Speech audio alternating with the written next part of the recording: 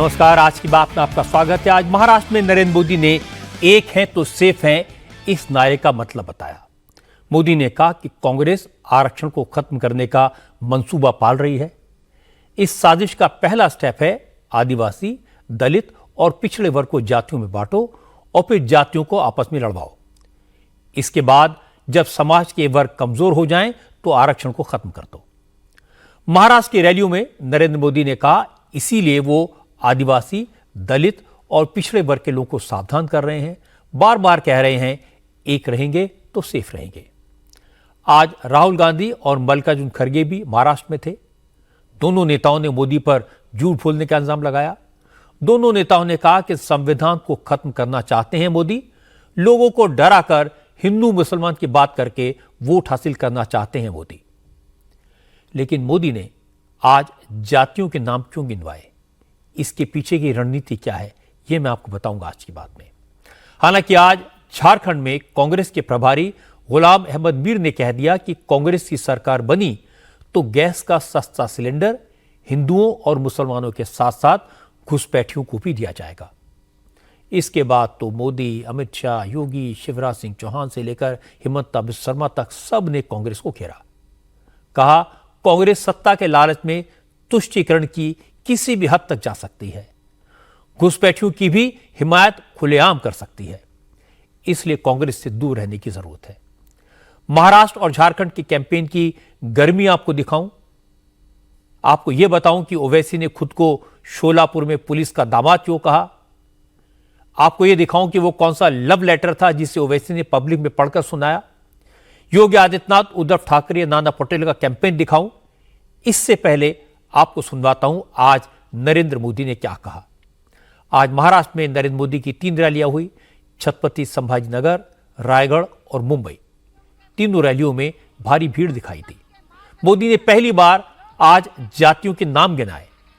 अब तक public meetings में मोदी ये कहते थे कि कांग्रेस आरक्षण विरोधी है, आरक्षण को खत्म करना चाहती है, लेकिन आज पहली बार मोदी ने जातियों के नाम गिनाकर कहा कांग्रेस की साजिश क्या है, कांग्रेस आखिर चाहती क्या है, आरक्षण खत्म करने के लिए कांग्रेस क्या क्या चाल चल रही है। मोदी ने कहा कि कांग्रेस गरीब विरोधी है, यह बात तो कोई सीक्रेट नहीं है, लेकिन अब कांग्रेस आदिवासियों, पिछड़ों और दलितों में फूट डालना चाहती है। सत्ता हासिल करने के लिए कांग्रेस मणि को घमंडी से, लुहार को सुतार से, सोनार को कुंभार से आपस में लड़वाना चाहती है। लेकिन हमें बंटना नहीं है, मोदी ने कहा, क्योंकि एक है तो सेफ है।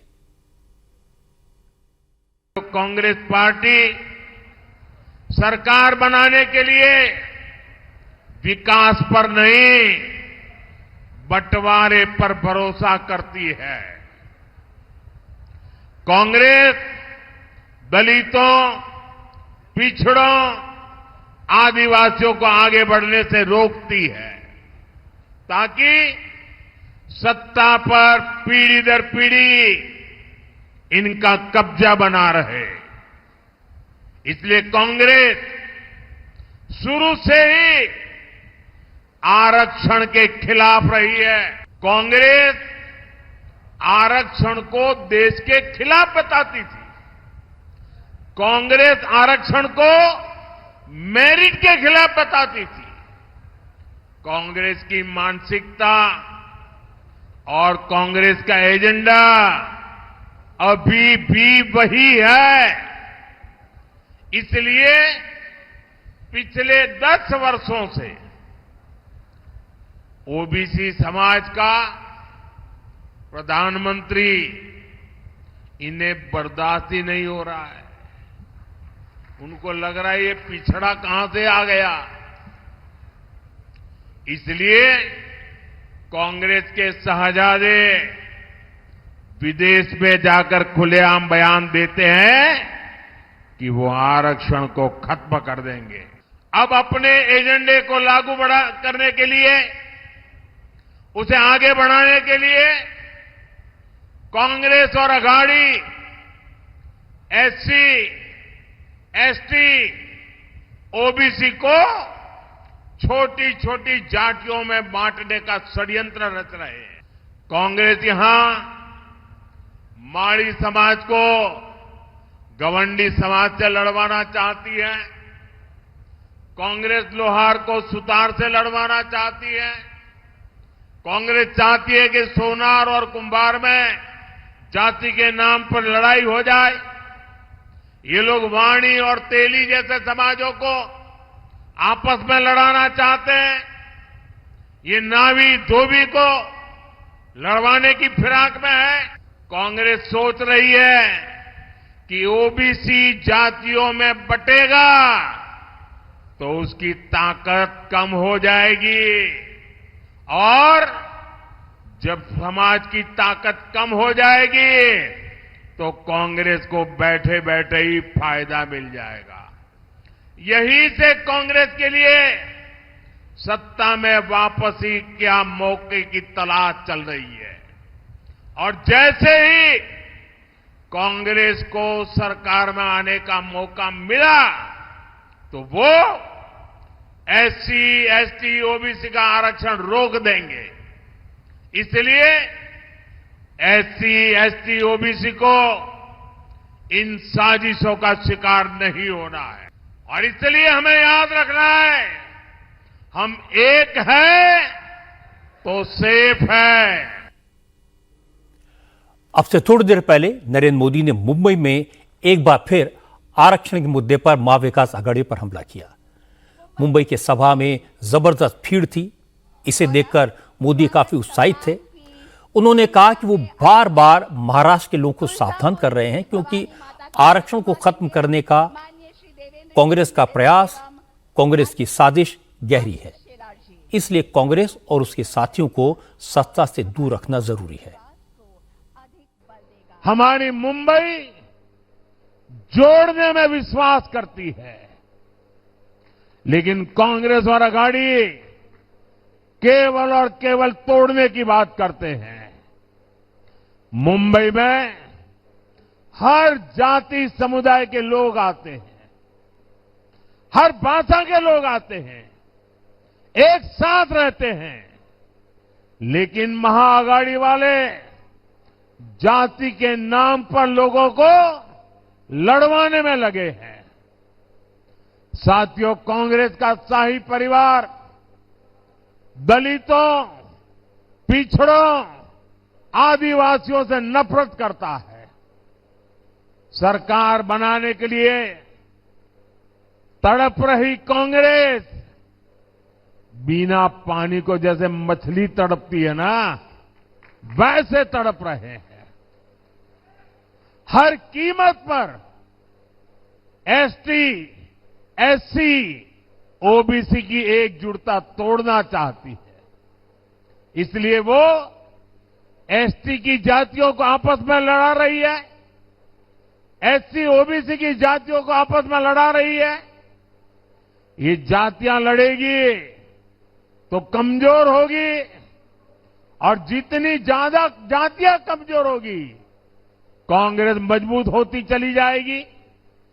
मजबूत कांग्रेस सरकार में आकर एसटी, एससी, ओबीसी की उनको तबाह करेगी, आपका आरक्षण छीन लेगी।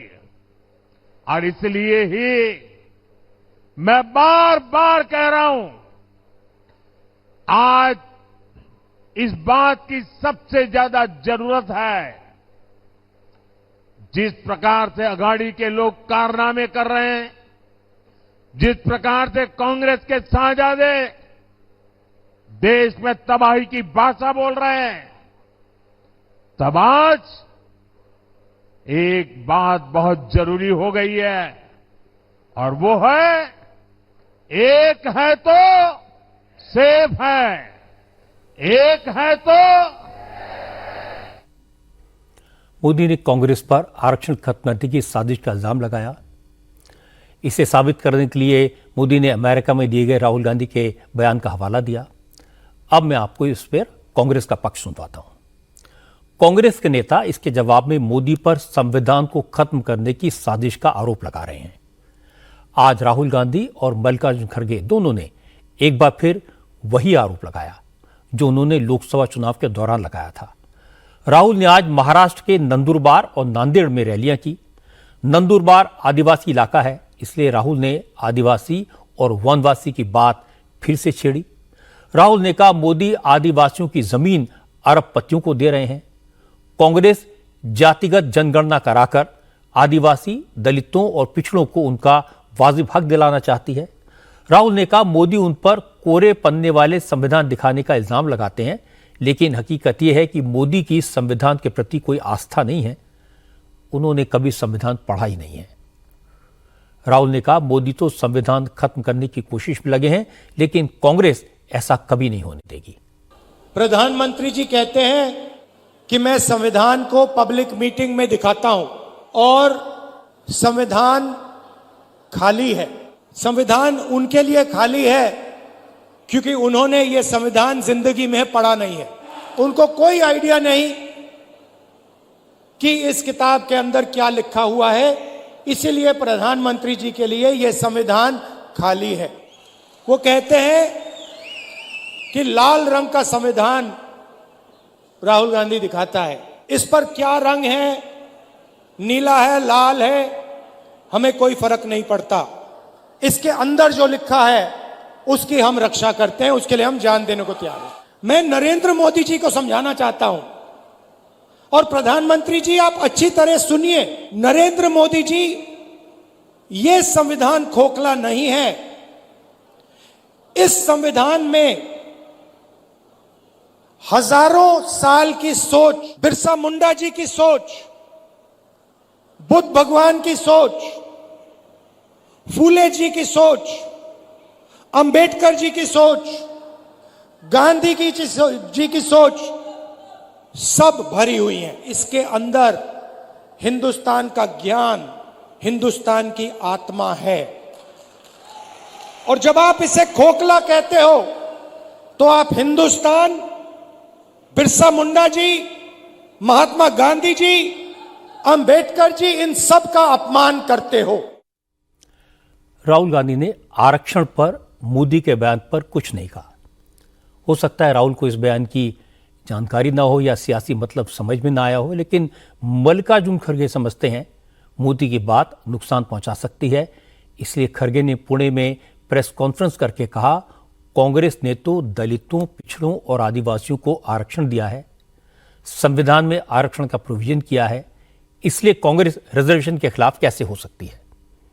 खड़गे ने कहा, मोदी, शाह और बीजेपी के दूसरे नेता आरक्षण पर अफवाहें फैलाकर समाज को बांटना चाहते हैं, इसीलिए चुनाव के मौके पर कांग्रेस पर इस तरह के झूठे इल्जाम लगा रहे हैं। रिजर्वेशन का तो मामला हमने कॉन्स्टिट्यूशन में लाया। जवाहरलाल नेहरू जी, डॉक्टर बाबा साहब अम्बेडकर, इन्होंने रिजर्वेशन के लिए मान्यता दी और वो हो गया। अब उसको छेड़ रहे। बाबा साहब ये करना चाहते थे, नेहरू ये बोले, सुभाष चंद्र ये बोले, वल्लभ भाई पटेल वो बोले। अरे जो वो जिंदा थे उस वक्त तो आप तो संविधान चलाए सो लोग हैं। तिरंगा झंडा तुम नहीं लगाते थे अपने ऑफिस के ऊपर, अशोक चक्र को नहीं मानते थे। मनु के आधार के ऊपर संविधान बनना यह तुम्हारा कहना था, अब आपको संविधान की याद आई। तो ऐसे जो बातें करके लोगों को जो गुमराह कर रहे हैं, बांट रहे हैं, ये अच्छा नहीं। महाराष्ट्र के चुनाव में आरक्षण बड़ा इशू है, इमोशनल इशू है। आरक्षण के मुद्दे पर आंदोलन होते रहे हैं, आज भी हो रहे हैं। मराठा समाज और धनकर समाज के लोग सड़कों पर हैं और चुनाव का वक्त है, इसलिए कांग्रेस और बीजेपी दोनों हालात को अपने पक्ष में करने के लिए ताकत लगा रही हैं। लेकिन आज मोदी ने जातियों के नाम क्यों गिनाए, इसकी बैकग्राउंड समझने की जरूरत है। अनुसूचित जातियों और जनजातियों के लिए सरकारी नौकरियों में 20% आरक्षण की व्यवस्था है, जिसका सब सम्मान करते हैं, सब पालन करते हैं। कुछ लोगों की शिकायत थी कि इनमें से ही कुछ जातियों को आरक्षण का लाभ ज्यादा मिलता है और इनमें से कुछ जातियां पीछे रह जाती हैं। यह मामला कुछ दिन पहले सुप्रीम कोर्ट के सामने आया। सुप्रीम कोर्ट ने सबकी बात सुनने के बाद कोटे में कोटे की व्यवस्था कर दी। सबसे बड़ी अदालत ने कहा SC ST के आरक्षण में अलग से उपवर्गीकरण किया जा सकता है। सुप्रीम कोर्ट ने 20 साल पुरानी व्यवस्था को बदल दिया। कहा ज्यादा जरूरत वाले वंचित लोगों को आरक्षण के भीतर आरक्षण दिया जाए। सुप्रीम कोर्ट का फैसला हरियाणा के चुनाव से पहले आया था। बीजेपी ने लोगों से वादा किया वो इसे लागू करेंगे, और कांग्रेस के एक बड़े नेता ने मुझे बताया कि इसका बीजेपी को चुनाव में फायदा हुआ। और कल ही 24 घंटे पहले हरियाणा की विधानसभा ने कोटे में कोटा की व्यवस्था को लागू कर दिया। इसके तहत सरकारी नौकरियों में 10% कोटा वंचित अनुसूचित जातियों के लिए और 10% अन्य अनुसूचित जातियों के लिए होगा। अन्य अनुसूचित जातियों की श्रेणी में 15 और वंचित अनुसूचित जातियों की श्रेणी में हरियाणा में 66 जातियां शामिल की गई हैं। इसका लाभ सबसे वंचित अनुसूचित जाति श्रेणी में शामिल 66 जातियों को मिलेगा। हरियाणा ऐसा पहला राज्य बन गया जिसने SC ST के 20% आरक्षण में भी आरक्षण की व्यवस्था को लागू कर दिया। इस संदर्भ में आप मोदी की बात सुनेंगे तो आपको समझ में आएगा वो क्या कहना चाहते हैं और क्या करना चाहते हैं। महाराष्ट्र में कुछ ऐसी जातियां हैं जिन्हें आरक्षण का लाभ कम मिलता है, और महाराष्ट्र में भी कोटे में कोटा का सिस्टम लागू किया गया तो उसका लाभ अनुसूचित जातियों और जनजातियों के एक बड़े वर्ग को मिलेगा। अब यह बताने की जरूरत नहीं कि चुनाव में इसका किसको फायदा होगा, किसको नुकसान होगा। एक और मामला ऐसा है जिस पर कांग्रेस डिफेंसिव पर है, और वो मामला वो है जिस पर मोदी का एग्रेशन हर रोज बढ़ता जा रहा है। संभाजी नगर की रैली में नरेंद्र मोदी ने आज औरंगजेब के बहाने उद्धव ठाकरे और मां विकास आघाड़ी पर हमला किया। मोदी ने कहा बाला साहब ठाकरे की इच्छा थी कि औरंगाबाद का नाम छत्रपति संभाजी नगर रखा जाए, लेकिन 28 साल उद्धव ठाकरे महाराष्ट्र के मुख्यमंत्री रहे, उन्होंने अपने पिता की इच्छा पूरी नहीं की। बाल ठाकरे की ख्वाहिश पूरी करने का काम किया एकनाथ शिंदे ने। मोदी ने कहा कि महाराष्ट्र की चुनावी लड़ाई केवल 2 गठबंधनों की लड़ाई नहीं है, बल्कि विचारधारा की लड़ाई है। एक तरफ औरंगजेब का महिमा मंडन करने वाली अघाड़ी है और दूसरी तरफ संभाजी महाराज को मानने वाले देशभक्तों की महायुति है। इसके बाद मुंबई के रैली में मोदी ने उद्धव ठाकरे को खुला चैलेंज दिया। कहा उद्धव कांग्रेस की गोद में तो बैठ गए, लेकिन एक बार शहजादे के मुंह से हिंदू हृदय सम्राट बाला साहब ठाकरे के तारीफ में 2 शब्द कहलवा कर दिखाए। मुंबई तो बाला साहब ठाकरे के सिद्धांतों का शहर है। मुंबई स्वाभिमान का शहर है, लेकिन अघाड़ी में एक ऐसा दल है जिसने बाला साहब का अपमान करने वाली कांग्रेस के हाथ में अपना रिमोट कंट्रोल दे दिया है। और इसलिए मैंने इन्हें चुनौती दी थी कि कांग्रेस के मुंह से, कांग्रेस के शहजादे के मुंह से बाला साहब ठाकरे की प्रशंसा के लिए कुछ बात जरा बुलवा के दिखा दीजिए। अरे एक बार तो कांग्रेस के शहजादे से मुंह से निकलवाइए हिंदू हृदय सम्राट बाला साहब ठाकरे।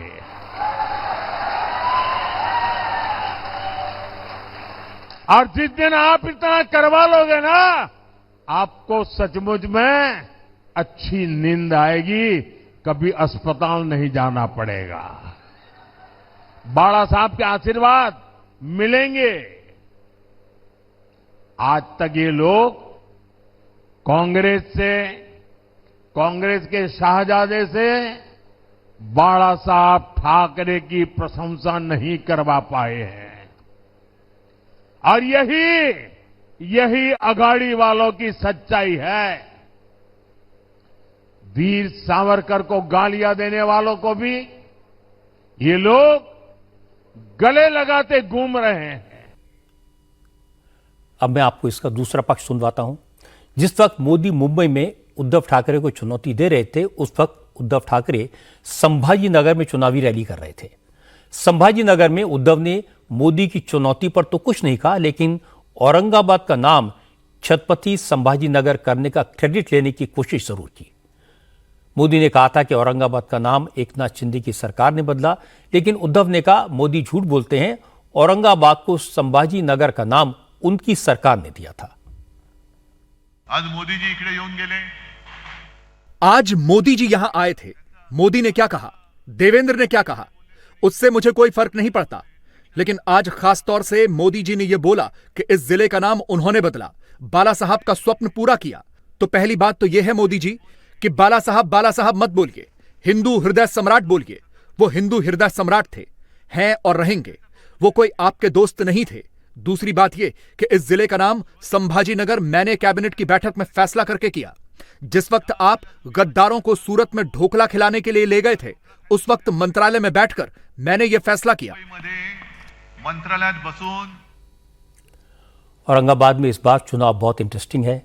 महायुति और महाविकास आघाड़ी के साथ साथ असदुद्दीन ओवैसी की पार्टी भी पूरी मजबूती से चुनाव लड़ रही है। ये इस मामले का तीसरा पक्ष है। ओवैसी औरंगाबाद में 2 रैलियां कर चुके हैं। महाविकास आघाड़ी के नेता ओवैसी को बीजेपी की बी टीम बताते रहे हैं, लेकिन आज ओवैसी ने कहा कि बीजेपी और कांग्रेस में कोई फर्क नहीं है, दोनों मुसलमानों के दुश्मन हैं। दोनों पार्टियों ने आदिवासियों, दलितों और पिछड़ों को ठगा है। ओवैसी ने कहा उनकी पार्टी मराठा आरक्षण के मुद्दे पर जरांगे पाटिल को सपोर्ट करेगी, दलितों को उनका हक दिलवाएगी। इसलिए एससी, एसटी, ओबीसी और मुसलमानों को मिलाकर बीजेपी और कांग्रेस दोनों का विरोध करना चाहिए, दोनों को हराना चाहिए। ओवैसी की तकरीर जबरदस्त होती है, समा बांध देते हैं। ओवैसी जब सोलापुर पहुंचे तो मंच पर चढ़ने से पहले ही पुलिस ने उन्हें नोटिस थमा दिया। नोटिस में कहा गया था कि वो इस बात का ख्याल रखें कि उनके भाषण से किसी की भावनाएं आहत ना हो, किसी तरह की कोई भड़काऊ बात न की जाए। इस नोटिस को भी ओवैसी ने बड़ा इशू बना दिया। उनका आधा भाषण इसी नोटिस पर था। उन्होंने नोटिस में क्या लिखा है, इसमें कितनी गलतियां हैं और उन्होंने नोटिस का क्या जवाब दिया, सब पढ़कर सुनाया। ओवैसी ने कहा सोलापुर पुलिस ने दामाद को तो नोटिस दे दिया, लेकिन मोदी को नोटिस नहीं दिया, जो एक है तो सेफ है का नारा दे रहे हैं। फडणवीस को नोटिस नहीं दिया, जो धर्म युद्ध की बात कहकर गए हैं। मेरे को लव लेटर दिए, हमारे ससुरे की तरफ से आई नोटिस। दामाद से बहुत मोहब्बत करते ना इन,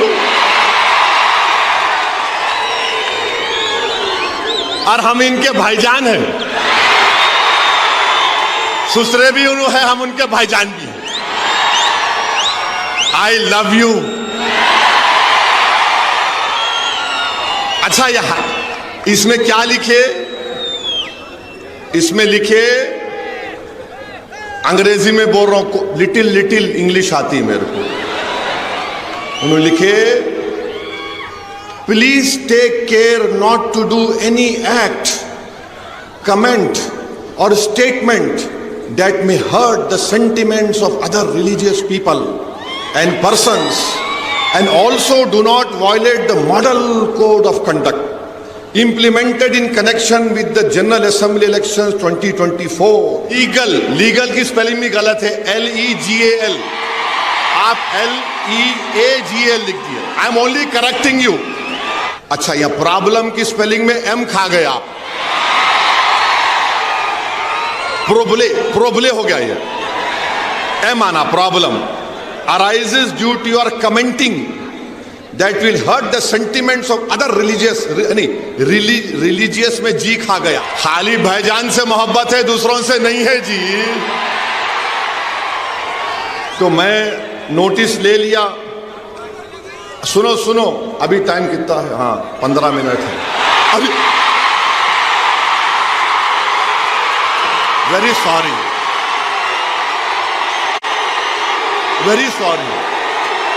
9:45 देखो, 9:45। अरे तो अभी मैंने लिखा रिसीव द नोटिस, माने नोटिस रिसीव कर लिया मैं, अपोज द कंटेंट से बैठो, भाईजान बोल रहे बैठो। तो मेरे को ये समझ में नहीं आया कि हजरत पुलिस दामाद को लाइटर वैन में दिल पे न खोलो, कोई भी गुर्दे पे लेके 3 दिन पहले मोदी आए थे, मोदी को देना था ना, देना था नहीं देना था, उनको नहीं दिए, ओवैसी को दिए, क्योंकि मैं सन इन लॉ हूं, क्या हूं नहीं मालूम। In lighter vein, don't take it seriously. बहुत अच्छा है, मैं इसको घर को ले जाके जब 18 तारीख को हमारी बीवी से मिलूंगा, हमारी बेगम पूछेंगे क्या लेके आए, मैं बोलूंगा देखो ये लेके आया हूं, ये लेके आया, उसको फ्रेम करके रखूंगा घर में। ये मेरे लिए मेडल है, तमगा है। जवानी में तो लव लेटर ना लिखे ना मिला, मगर बुढ़ापे में मिल रहा है। Thank you. मगर मैं जवान हूं, मेरी दाढ़ी को व्हाइट देख के लोग बोलते व्हाइट हो जा रही। बाबू, शेर कभी बुढ़ा नहीं होता, याद रखो। अब दूसरे पूछेंगे मंजलिस के मुखालिफिन, बंदर, मतलब बंदर कितना भी बुढ़ा हो जाओ कुलाठी मारना नहीं बोलता उन्हें। तो खैर, ये लाइटर वेन में था, दिल पे मत लीजिए। मेरे को बड़ी तकलीफ हुई कि आरओ साहब अगर देते, रिटर्निंग ऑफिसर देते, मगर मेरे को उससे बड़ी तकलीफ यह है कि मोदी जी आए थे, उनको देना था। उन्होंने नहीं बोले ए सेफ है, एक है तो सेफ है, किसका मतलब उसका? किसको बोल रहे थे मोदी जी एक है तो सेफ है? उनको नोटिस नहीं दिए, मगर दूल्हे भाई को दे दिए। लेकिन कांग्रेस मुसलमानों की बात करने से बच रही है। आज नाना पटोले ने कहा ओबीसी तो बीजेपी की स्क्रिप्ट पढ़ रहे हैं, ओवैसी तो बीजेपी की स्क्रिप्ट पढ़ रहे हैं और मुसलमानों का वोट काटने की कोशिश कर रहे हैं। नाना पटोले ने कहा कि महाराष्ट्र के लोग असलियत जानते हैं, लेकिन बीजेपी की चाल महाराष्ट्र में नहीं चलेगी। हमने कब बोला? क्यों मुझको मुसलमान याद आता है? अमित शाह को बिरयानी याद आती है मुसलमानों की? हमने कभी नहीं बोला। हमने कहा कि जो भी जातियां गरीब हो, हम धर्म को आरक्षण नहीं देते, हिंदू को आरक्षण नहीं मिलता। अब देश के गृह मंत्री है और इनको मुसलमान ही क्यों दिखता है, ये मेरे को आज तक पता नहीं चलता। और चुनाव आया कि मुसलमान दिखता है। तो ये जो मुसलमान और हिंदू का झगड़ा लड़ाने की कोशिश, अमित शाह जी, आप देश के गृह मंत्री है, आपको इस तरह की बातें शोभा नहीं देती। परदादा की और दादी की याद दिला के उन लोगों ने देश के लिए जो किया है, उस थोड़े रास्ते पे तुम चलिए तो देश मजबूत होगा। मुट्ठी भर लोगों के लिए इंदिरा जी ने और नेहरू जी ने काम नहीं किया, राजीव गांधी ने काम नहीं किया। आप तो मुट्ठी भर लोगों के लिए काम कर रहे हो, देश को बेच रहे हो। अलग अलग पार्टियों के सारे नेताओं की बात सुनकर यह तो साफ है कि महाराष्ट्र के चुनाव में एजेंडा बीजेपी तय कर रही है, कांग्रेस और महाविकास आघाड़ी उस पर रिएक्ट कर रहे हैं। कांग्रेस ने आरक्षण और मुस्लिम तुष्टीकरण के इल्जाम पर सफाई दी तो मोदी ने नया इल्जाम लगा दिया। रायगढ़ की रैली में मोदी ने कहा, मुसलमानों को तो छोड़िए, कांग्रेस घुसपैठियों का भी तुष्टीकरण कर रही है। असल में झारखंड में कांग्रेस के प्रभारी गुलाम अहमद मीर ने आज ये कह दिया कि अगर कांग्रेस की सरकार बनी तो गैस का सिलेंडर सस्ता होगा, हिंदू मुसलमान और घुसपैठियों को भी 450 रुपए में गैस का सिलेंडर मिलेगा। इस बयान को मोदी ने पकड़ लिया, इसका जिक्र रायगढ़ की रैली में किया। कहा, कांग्रेस सत्ता के लिए कितना गिर सकती है, इसका सबूत झारखंड में आज ही मिल गया। हमें तो सवाल पूछा जा रहा है कि गरीबों को मुफ्त राशन क्यों दे रहे हो, लेकिन आज कांग्रेस के एक नेता ने झारखंड में घोषणा की है, आप सुनकर के चौंक जाएंगे। उसने झारखंड में घोषणा की है कि वे सस्ते गैस सिलेंडर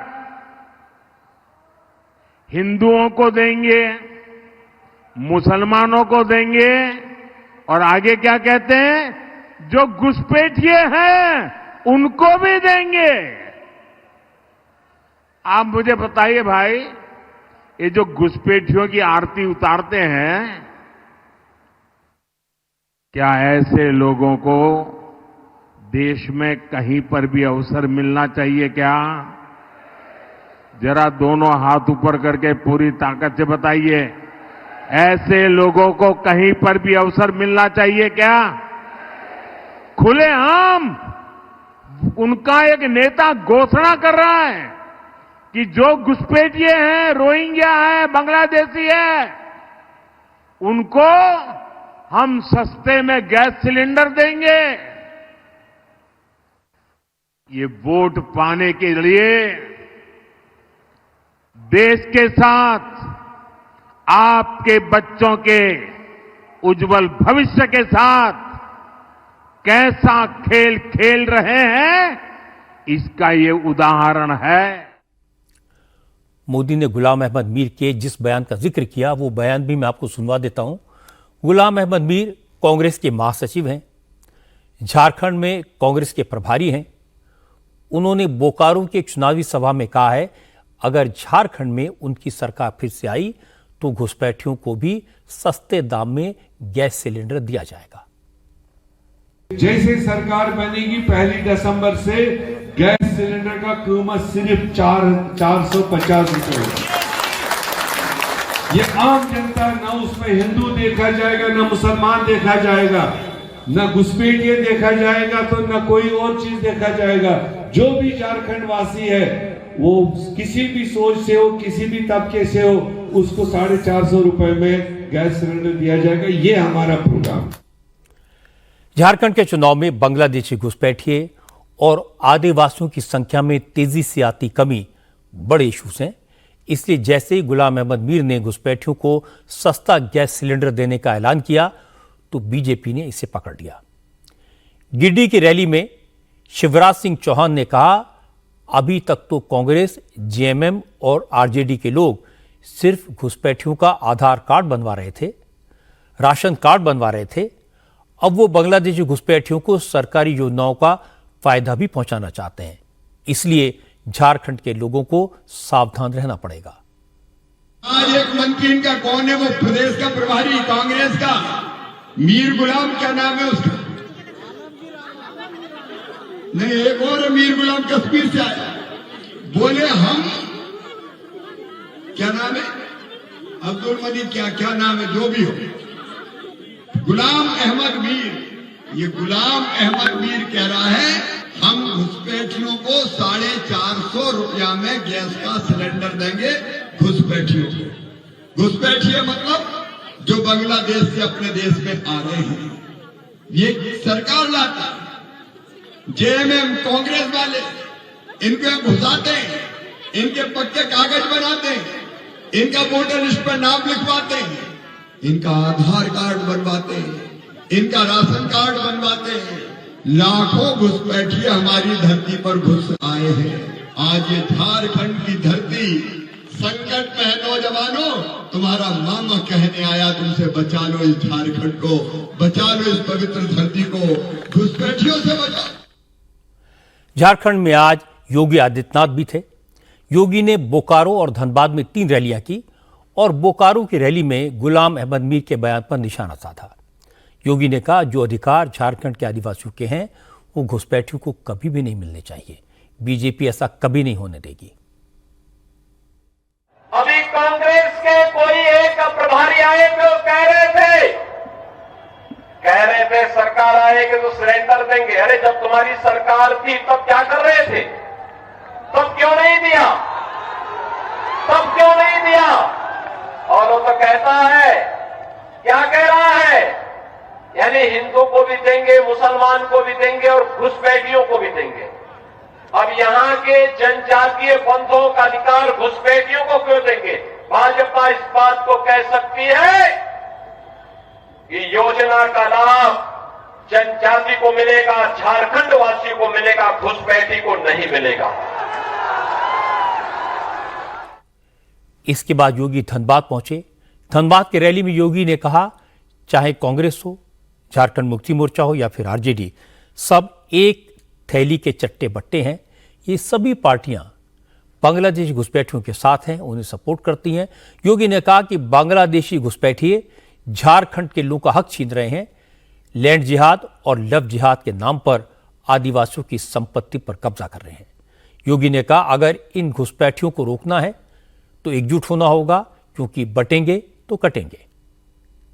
एक कांग्रेस नेतृत्व की, चाहे वह झारखंड मुक्ति मोर्चा हो, चाहे आरजेडी हो, चाहे माले के लोग हो, ये सब के सब लूट खसोट करने के लिए आए हैं। झारखंड की धरती को, झारखंड की धरती को, यहां की बेटी, यहां की रोटी और यहां की माटी की सुरक्षा पे सेंध लगाने के लिए ये लव जिहाद और लैंड जिहाद के माध्यम से बांग्लादेशी घुसपैठियों को और रोहिंग्या मुसलमानों को यहां घुसा करके यहां के अस्तित्व के साथ खिलवाड़ करना चाहते हैं। ये घुसपैठ नहीं होने देनी है। ये लाल सलाम वालों को धक्का देके बाहर करना है। ये माले के लोग, ये कांग्रेस के लोग, ये झारखंड मुक्ति मोर्चा के लोग, ये सभी एक ही थैले के चट्टे बट्टे हैं, कोई अलग नहीं है। ये यहां पे कुछ भी बोले, रांची में जाकर के सब एक थाली में खाते हैं, एक साथ लूट खसोट करते हैं। और इसीलिए मैं आपसे कहने के लिए आया हूं, ये लड़ाएंगे आपको आपस में, लड़ करके बटना नहीं है। बटेंगे तो हमें तो एक रहना है। एक रहेंगे, नेक रहेंगे, एक रहेंगे, सेफ रहेंगे, एक रहेंगे। बीजेपी के नेताओं ने गुलाम अहमद मीर के बयान को मुद्दा बनाकर कांग्रेस पर हमले किए, तो कांग्रेस की तरफ से बीके हरिप्रसाद ने जवाब दिया। बीके हरिप्रसाद ने कहा, झारखंड में रहने वाले झारखंडी हैं, घुसपैठिए नहीं हैं। गुलाम अहमद मीर ने झारखंडियों की बात की है। बीके हरिप्रसाद ने एक्सप्लेन किया कि झारखंड में कितने घुसपैठी हैं, अगर इसकी लिस्ट बीजेपी के पास है तो जारी कर दे, वरना झारखंड के लोगों को घुसपैठिया कहना बंद करें। इन्फिल्ट्रेटर्स का लिस्ट किसके पास है? केंद्र सरकार के पास हो तो बताने दीजिए। झारखंड में कितना इन्फिल्ट्रेटर है, कितना घुसपैठी आप झारखंड में है करके बताने दीजिए। झारखंड में जो भी है वो झारखंडी है, उसको एक घुसपैठी नहीं बोल सकता है। झारखंडियों का अपमान कर रहा है ये लोग। झारखंडियों का अपमान करने का हम लोग बर्दाश्त नहीं करेंगे। अगर घुसपैठी हो तो इसका हिम्मत है तो उसको लिस्ट बाहर करने के लिए बोलिए। जो वोटर है इस झारखंड का, वो झारखंडी है, उसको मिलेगा पूरा जो हमारा गारंटी मिलेगा। मीर साहब का कहना है, जो भारतीय जनता पार्टी घुसपैठी बोल रहा है ना, जो नहीं है उसको घुसपैठी बोल रहा है। अगर हो तो उसको कहां से, कैसे झारखंड में वो रह सकता है? जब बीजेपी ने गुलाम अहमद मीर के बयान पर हर तरफ से हमले किए, तो डैमेज कंट्रोल के लिए कांग्रेस अध्यक्ष मल्लिकार्जुन खड़गे सामने आए। खड़गे ने कहा, कोई नेता कोई भी बयान दिए, वो कांग्रेस का ऑफिशियल स्टैंड नहीं है। खड़गे ने कहा, जो बातें कांग्रेस ने अपने मैनिफेस्टो में कही हैं, जिन वादों पर उन्होंने मोहर लगाई है, सिर्फ वही सच है, बाकी सब इधर उधर की बातें हैं। देखिए, मोड़ तोड़ के अगर कोई बोलते हैं तो सच नहीं। जो हमारे पास अप्रूव होता है मैनिफेस्टो, वही मैनिफेस्टो सच। जो हमारे मैनिफेस्टो में है वो सच है, जो मैं बोल रहा हूं वो ठीक है।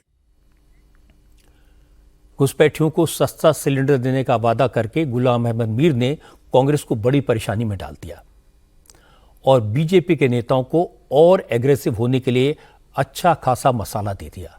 घुसपैठियों को सिलेंडर यानी काफी बड़ा इशू मिल गया।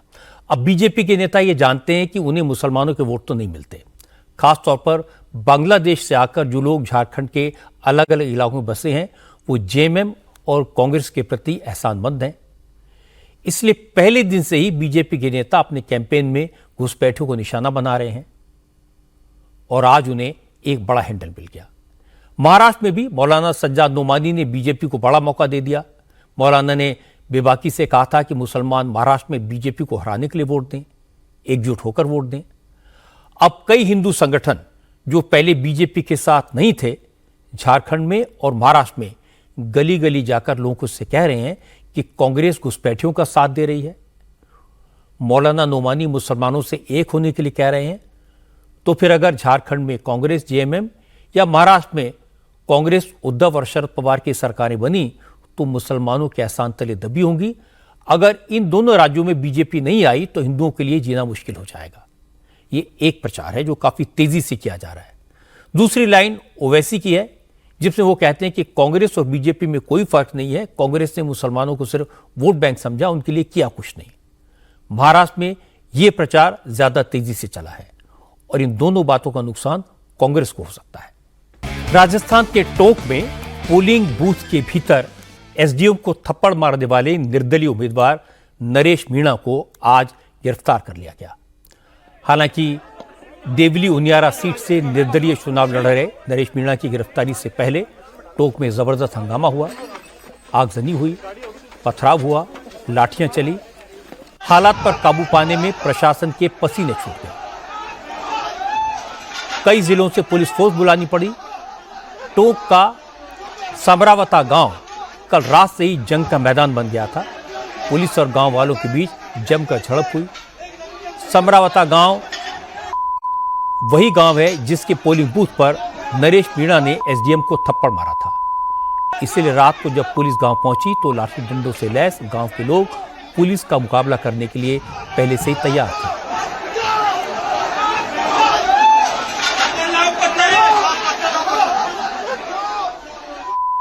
झगड़े के बाद पुलिस ने नरेश मीणा को डिटेन कर लिया, लेकिन नरेश मीणा के समर्थकों ने पुलिस पर पथराव करके उसे छुड़ा लिया।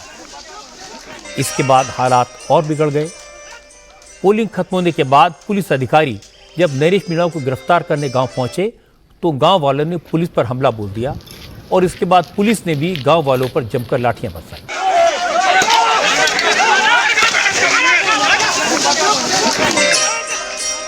लेकिन पुलिस फोर्स कम थी, इसलिए गांव वाले हावी हो गए। देर रात आसपास के जिलों से भी पुलिस फोर्स बुलाई गई। इसके बाद हालात काबू में आ सके और पुलिस की टीम पर हमला करने वाले कई लोगों को अरेस्ट किया गया। लेकिन हंगामे का फायदा उठाकर नरेश मीणा अपने सपोर्टर्स के साथ पुलिस से बचकर निकल गया। बाद में उसने सोशल मीडिया पर वीडियो पोस्ट करके कहा कि वो पुलिस कार्रवाई से न डरा है न झुकेगा। नरेश मीणा ने अपने समर्थकों से हथियारों से लैस होकर गांव में पहुंचने की अपील की। आप सब लोग लट्ठों के साथ, लठ पतंगों के साथ, गिरती फावड़ों के साथ और जो हमारी होती है ना तीन वो क्या बोलते हैं, तीन उसकी आखड़ी और जेड़ा उनको लेकर समरावता पहुंचो। ज्यादा से ज्यादा संख्या में समरावता पहुंचो। ये आज लड़ाई आर पार की होगी। जब तक वो कलेक्टर नहीं, जो अगर दिन में आ जाती तो ये सारा नाटक नहीं होता, हमारा नुकसान नहीं होता। जब तक वो कलेक्टर नहीं कि मैं मेहंदी हाथ पैरों की नहीं उतार दूं, जो मेहंदी लगा के कलेक्ट्री में बैठी है, जो सरकारी ड्यूटी नहीं करके बीजेपी की ड्यूटी कर रही है, वो कलेक्टर नहीं जब तक यहाँ नहीं आएगी धरना स्थल पे, जब तक नरेश मीणा हटने वाला नहीं है, पीछे मुड़ने वाला नहीं है। नरेश मीणा के कहने पर उसके समर्थक भारी तादाद में फिर इकट्ठा हुए। उन्होंने गांव में नरेश मीणा की गिरफ्तारी के लिए पहुंची पुलिस का रास्ता रोक लिया, रोड ब्लॉक कर दिया, आगजनी शुरू कर दी। पुलिस और नरेश मीणा के समर्थक आमने सामने आ गए। काफी देर तक हंगामा चलता रहा। पुलिस ने समरावता गांव में घुसने के लिए गांव वालों पर टीयर गैस के शेल छोड़े। भारी संख्या में पुलिस फोर्स देखकर गांव वाले पीछे हट गए और गांव में पुलिस के दाखिल होने का रास्ता किसी तरह खुल पाया। पुलिस पर नरेश मीणा की गिरफ्तारी का प्रेशर था, क्योंकि एसडीएम को थप्पड़ मारे जाने से पूरे राजस्थान के अफसर नाराज थे। नरेश मीणा की गिरफ्तारी की मांग को लेकर राजस्थान एडमिनिस्ट्रेटिव सर्विस के अधिकारियों ने हड़ताल कर दी। इस बीच नरेश मीणा फिर समरावता गांव में लौट आया और इसके बाद हालात और खराब होने की आशंका थी। इसलिए राजस्थान सरकार ने डीजीपी उत्कल रंजन साहू को मौके पर भेजा। आसपास के जिलों से पुलिस फोर्स बुलाई गई। धौलपुर से स्पेशल टास्क फोर्स की एक टीम को भी समरावता गांव भेजा गया। एंटी रैट व्हीकल वज्र को भी गांव में तैनात कर दिया गया और इसके बाद टोंक जिले के एसपी विकास सांगवान भारी पुलिस बल के साथ समरावता गांव पहुंचे। नरेश मीणा से बात की, लेकिन नरेश मीणा सरेंडर करने के लिए तैयार नहीं था। इसके बाद पुलिस ने फोर्स का इस्तेमाल किया और नरेश मीणा के साथ उसके 60 सपोर्टर्स को भी अरेस्ट कर लिया। ये उसको समझाइश की गई कि कानून हाथ में ना ले और अपने आप को समर्पित कर दे। और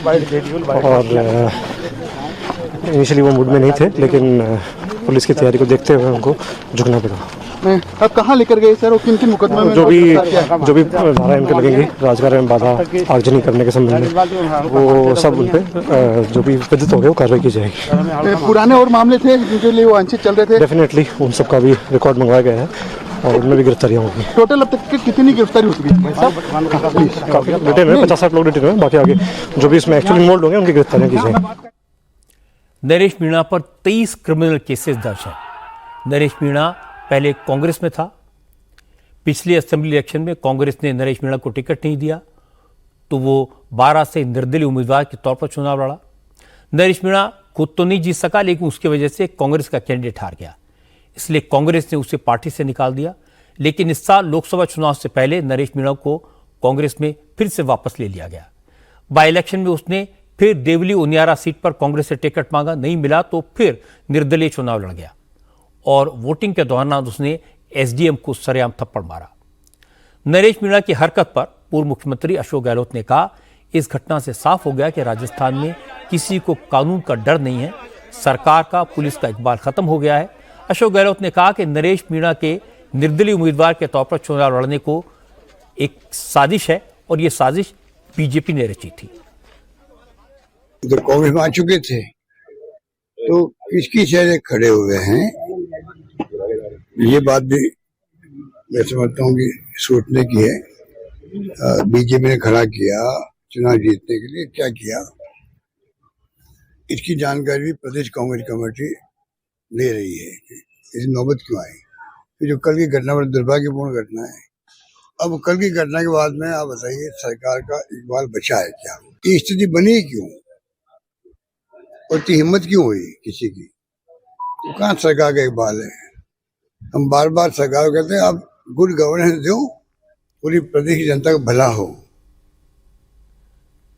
नरेश मीणा की सारी बातें सुनकर साफ हो जाता है कि मीणा जैसे लोग अपनी राजनीति दादागिरी के बल पर करते हैं। इनके पास अपनी जाति लोगों का इमोशनल सपोर्ट होता है, इस इमोशन का फायदा उठाते हैं और उसके बल पर गुंडागर्दी करके अपनी ताकत दिखाते हैं। नरेश मीणा के खिलाफ पुलिस रिकॉर्ड में दर्ज 23 क्रिमिनल केसेस को अगर लिस्ट देखें तो वो इसका सबूत है। एसडीएम को थप्पड़ मारकर वो अपनी दादागिरी का प्रदर्शन करना चाहते थे। गिरफ्तार करने आई पुलिस पर हमला करके आगजनी करके अपनी ताकत दिखाना चाहते थे, पुलिस को डराना चाहते थे। इसीलिए अशोक गहलोत को यह कहने का मौका मिला कि राजस्थान में पुलिस का इकबाल खत्म हो गया है। अब जरूरत इस बात की है कि इस इलाके के लोगों की इस घटना के बाद लोगों को यह पता चले कि पुलिस अपना काम कैसे करती है। आम लोग शांति चाहते हैं, सुकून से रहना चाहते हैं और उन्हें ऐसा वातावरण देना पुलिस की जिम्मेदारी है। प्रयागराज में 4 दिन से चल रहा स्टूडेंट्स का आंदोलन आज योगी आदित्यनाथ के दखल के बाद लगभग खत्म हो गया। लोक सेवा आयोग ने प्रदर्शनकारियों की बात मान ली। अब उत्तर प्रदेश में पीसीएस का एग्जाम पहले की तरह एक दिन में होगा और आरओ एआरओ एग्जाम के लिए यूपी पब्लिक सर्विस कमीशन ने एक कमेटी बना दी है जो एग्जाम के पैटर्न को लेकर जल्दी से जल्दी रिपोर्ट देगी। असल में यूपी लोक सेवा आयोग ने पीसीएस एग्जाम और आरओ एआरओ के एग्जाम 2 दिनों और 4 शिफ्टों में कराने का फैसला किया था। स्टूडेंट्स इसका विरोध कर रहे थे। वो चाहते थे पीसीएस एग्जाम पहले की तरह एक ही दिन में हो। क्योंकि आयोग ने छात्रों की मांग मानने से इनकार कर दिया था, इसलिए 4 दिन से हंगामा हो रहा था। लेकिन आज मुख्यमंत्री योगी आदित्यनाथ ने लोक सेवा आयोग के अधिकारियों को प्रदर्शनकारी छात्रों से बात करने और उनकी मांगों पर विचार करके तुरंत फैसला करने का निर्देश दिया। योगी के कड़े रुख के बाद कुछ ही घंटों में मामला सुलझ गया। अधिकारियों ने छात्रों से बात की और उन्हें बता दिया कि पीसीएस एग्जाम 2 दिन के बजाय एक ही दिन में होगा और एग्जाम की नई तारीख बाद में अनाउंस की जाएगी। विगत कुछ दिनों से कुछ छात्रों द्वारा की जा रही मांग का माननीय मुख्यमंत्री जी ने संज्ञान लिया और माननीय मुख्यमंत्री जी ने आयोग को छात्रों के साथ संवाद और समन्वय बनाकर आवश्यक निर्णय लेने को कहा। इस पर आयोग ने छात्रों से संवाद बनाकर सम्यक रूप से यह निर्णय लिया है। माननीय मुख्यमंत्री जी के पहल पर आयोग पीसीएस प्रारंभिक परीक्षा 2024 को सैद्धांतिक रूप से पूर्व के भांति एक दिवस में कराया जाएगा। हालांकि स्टूडेंट्स अभी पूरी तरह संतुष्ट नहीं है। कुछ छात्रों का कहना है कि कमेटी बनाकर आरओ एआरओ को टालना ठीक नहीं है। पीसीएस की तरह आरओ एआरओ का एग्जाम भी एक ही दिन में कराया जाए। पीसीएस की परीक्षा को पुराने ही तर्ज पे कर दिया गया है और आरओ एआरओ का स्थगित कर दिया गया है, लेकिन छात्रों का मांग है कि हम उसकी भी नोटिस लेके जाएंगे और वेबसाइट पे नोटिस जब तक नोटिस जारी नहीं करते तब तक हम वापस नहीं जाएंगे। योगी सरकार ने अच्छा किया कि प्रयागराज के प्रतियोगी छात्रों की बात मान ली। अब छात्र लड़ाई छोड़कर पढ़ाई पर फोकस कर सकेंगे, एग्जाम की तैयारी करेंगे। जहां तक राजनीति का सवाल है, अखिलेश यादव को अच्छा मौका मिला, उन्होंने इसका भरपूर इस्तेमाल किया। उन्होंने गिना दिया कि छात्र नाराज हुए तो कितने वोटों का नुकसान होगा। अब इंप्रेशन तो ये क्रिएट हुआ है कि योगी सरकार ने छात्रों के आक्रोश से डरकर यह फैसला किया, इसलिए बात बढ़ने से पहले फैसला ले लिया जाता तो अच्छा रहता।